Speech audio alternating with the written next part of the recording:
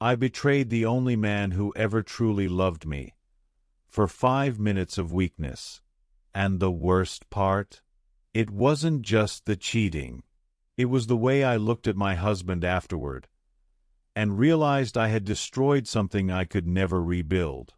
Every time he smiled at me, every time he kissed me goodnight, every time he told me, "I love you," I felt like a fraud, because he didn't know that just hours earlier, I had let a stranger turn me into someone I no longer recognized. And now, every day, I live with one question. Do I tell him the truth? Or do I spend the rest of my life pretending I'm still the woman he married? This is the story of how one impulsive decision ruined my peace, and nearly destroyed my marriage. My name is Claire. I'm 39 years old, married, and until recently, I believed I had the kind of love people spend their whole lives searching for. My husband, Daniel, wasn't perfect. No one is, but he was kind. He was loyal, and he was safe. He was the kind of man who remembered small things. The kind who brought me coffee before I even asked. The kind who kissed my forehead when I was tired. He loved me in quiet ways. And maybe that was the problem. Because somewhere along the way, quiet love stopped feeling exciting. And I hate myself for saying that. Because what happened next wasn't his fault. It was mine. It was entirely mine. And I would spend the next several months learning that desire can be dangerous, especially when you stop questioning where it's leading you. Daniel and I had been married for 12 years. 12 good years. No major scandals, no dramatic betrayals, no screaming matches. Just life, work, bills, grocery shopping, Sunday mornings, and familiar routines. We were comfortable. And comfort is beautiful, until it starts to feel like silence. Our intimacy had become predictable. Not bad, just familiar. Vanilla, safe, expected. I never thought I'd be the kind of woman who wanted more. But then, something changed. It started small, late-night thoughts, curiosity, certain fantasies I couldn't explain. I found myself craving something darker, something I had never wanted before. Submission, humiliation, the feeling of being wanted so intensely that control disappeared. I didn't know where it came from. Maybe stress, maybe boredom, maybe too much late-night internet, and not enough honest conversation. At first, I ignored it. Then, I started feeding it. Videos, stories, daydreams. And the more I entertained it, the louder it became. Until eventually, it was all I could think about. One night, lying in bed beside Daniel, I finally said it. "Can I ask you something weird?" He laughed softly. "With you? Always." I hesitated. "I've been thinking about trying different things." He turned toward me. "Different how?" I struggled to explain, without sounding ridiculous. "Less sweet, more intense, more control, less romance." He stared at me for a moment. Then, he smiled gently. "Claire, I love you too much to treat you badly." It was such a good answer, such a loving answer, and somehow it disappointed me. I smiled anyway. "Yeah, I know." He kissed my forehead and fell asleep, and I stared at the ceiling, feeling guilty for wanting something he would never be. That should have been the end of it. It should have been enough. But desire doesn't disappear just because it should. Sometimes it waits. A few months passed. I said nothing more. Daniel assumed it had been a passing phase. Maybe he was right. Maybe if I had let it die there, none of this would have happened. But I didn't. I kept thinking about it. I started noticing things. Younger men looking at me. Strangers holding eye contact too long. The thrill of being seen, not as a wife, not as someone familiar, but as a woman. Desired, dangerous, alive. It embarrassed me how much I liked it. I told myself fantasies were harmless. Everyone fantasizes. Fantasy isn't betrayal, right? That lie carried me all the way to the gas station. It was a Thursday night. Nothing special. I had just left the grocery store. I was tired, hair messy, old sweater, no makeup. Completely ordinary. I was pumping gas when I noticed him. Mid-20s, maybe. Confident. Too confident. He smiled like he already knew something. "You've got beautiful eyes," he said. I laughed awkwardly. I should have shut it down. I should have said thank you and left. Instead, I stayed. Because after months of starving inside my own mind, attention felt like oxygen. We talked. Flirting turned easy, dangerously easy. When he asked if I wanted to step behind the station for a cigarette, I said yes. I don't even smoke. That should tell you everything. Every bad decision starts with a small lie, and mine began with just 5 minutes.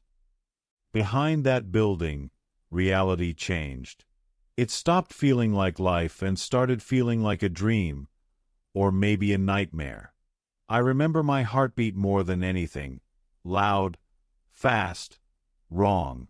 There was a moment, a very clear moment, where I could have left. I should have. Instead, I stayed. Not because I didn't love my husband, but because in that moment, lust was louder than love. And that truth still disgusts me. Everything happened too fast. And then suddenly, it was real. Not fantasy, not imagination. Real. And halfway through it, like someone waking me from a trance, I thought of Daniel. His face, his voice, the way he says my name. And guilt hit me so hard. I felt sick. I pulled away. "This is wrong," I said. "I need to go." But he laughed. "Relax. I'm almost done." Almost done. Such a stupid phrase. Because somehow my brain said, "Well, you're already here. You've already crossed the line. What difference does another minute make?" That was the moment I lost myself. Not when I followed him, not when I said yes, but when I chose not to stop. Because I knew, and I still let it happen. When it was over, I felt empty, not thrilled, not satisfied. Used, small, ashamed. He said something cruel before I left. Something about me being easy. And the worst part? I didn't defend myself. Because in that moment, I believed him. I drove home in silence, hands shaking. And before I opened my front door, I sat in my car and cried like someone had died. Because someone had. The version of me I respected. She was gone. Daniel was in the kitchen when I walked in, barefoot, making tea, looking like home. "There you are," he said. I was starting to worry. I nearly broke right there. Because he smiled at me, he smiled. And I had never felt more unworthy of kindness. Traffic, I lied. He nodded. Long day. I whispered, yeah. He walked over and kissed my forehead. That nearly destroyed me. I wanted to confess right then. I wanted to fall to the floor and tell him everything. Instead, I said nothing. Because confession isn't always courage. Sometimes it's selfishness disguised as honesty. I wasn't protecting him.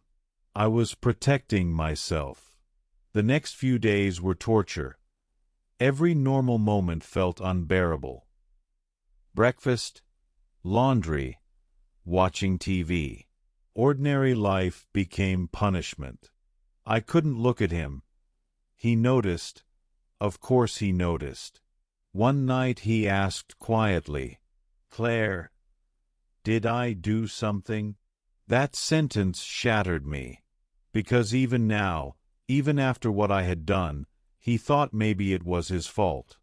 I cried, not dramatically, not beautifully, just ugly, shaking guilt.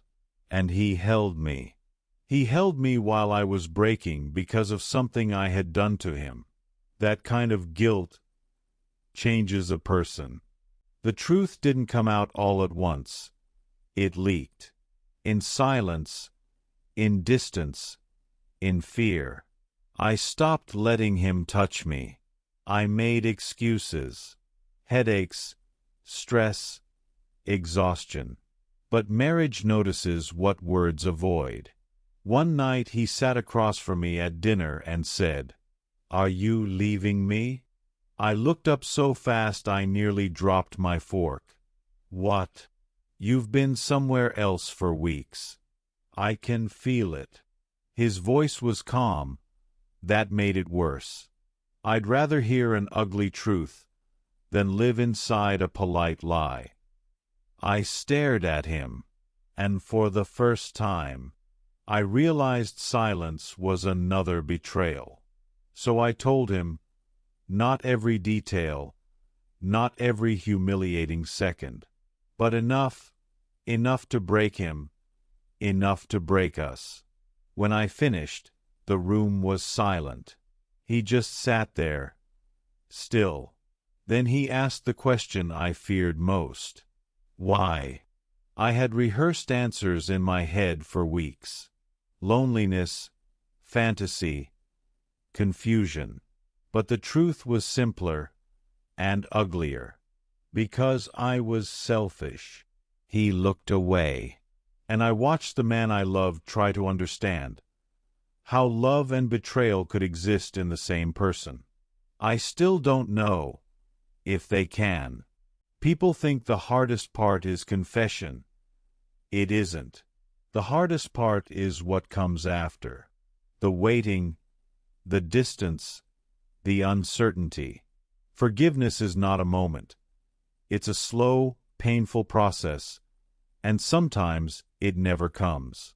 Daniel didn't scream, didn't throw things, didn't call me names. Honestly, I almost wished he had, because anger would have been easier than disappointment. He just said, "I loved you like you were home." And I have never recovered from that sentence. We went to counseling. Some days felt hopeful. Some days felt impossible. Trust is strange. It takes years to build, minutes to destroy, and forever to rebuild. I got tested. I cut every lie out of my life. I faced parts of myself I had spent years avoiding. I learned that shame hidden in darkness grows teeth, and fantasy without honesty becomes destruction. I don't know if our marriage will survive forever. I hope it does. I fight for it every day. Because love is not proven by feelings. It's proven by what you protect. And I failed to protect us. That truth will live with me forever. If you are listening to this while standing at your own crossroads, stop. Pause before the message, before the flirtation, before the harmless moment. Because betrayal rarely begins in the bedroom. It begins in the silence before it, in the excuse, in the rationalization, in the belief that one moment won't matter. It will. Temporary pleasure can leave permanent damage. Desire passes, consequences stay. If someone loves you, really loves you, talk to them before you destroy them. Because healing from honesty is painful. But healing from betrayal sometimes never happens. I learned that too late. And if I could trade 1 minute of lust for the peace I lost, I would do it without hesitation. Every single time.